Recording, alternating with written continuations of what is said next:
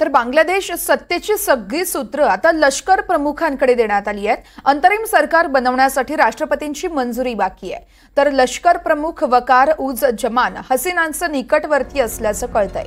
बांगलादेशमध्ये अंतरिम सरकारसाठी हालचाली होत आहेत। शेख हसीनांनी बांगलादेश सोडताच लष्कराच्या हाती सत्ता देण्यात आली। हसीनांचं निकटवर्तीय लष्कर प्रमुखच आता सत्तेच्या केंद्रस्थानी असतील। काही ठिकाणी रात्रीहून गोळीबार देखील झाल्याचं कळतंय।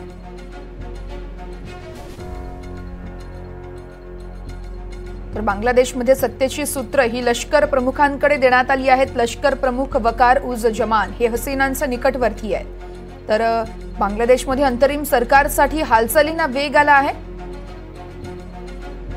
सत्तेची सूत्र सध्या लष्कर प्रमुखांकडे दिली जात आहेत।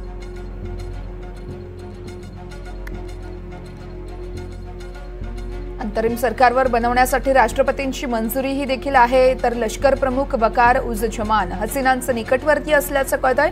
बांगलादेशमध्ये अंतरिम सरकार बनवण्यासाठी सध्या हालचालींना मोठा वेग आला आहे।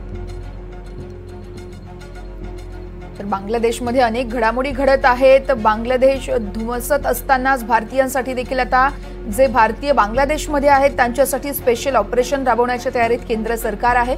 भारतीयांना आणण्यासाठी हवाई ऑपरेशनची तयारी ही सुरू असल्याचं कळतंय। तर ढाक्याला जाणाऱ्या आणि येणाऱ्या विमान तसेच रेल्वे सेवा स्थगित करण्यात आल्यात। त्यामुळे आता बांगलादेशमध्ये अनेक भारतीय अडकले आहेत आणि या सगळ्या भारतीयांना पुन्हा एकदा भारतात आणण्यासाठी सरकारकडून हालचाली सुरू आहेत।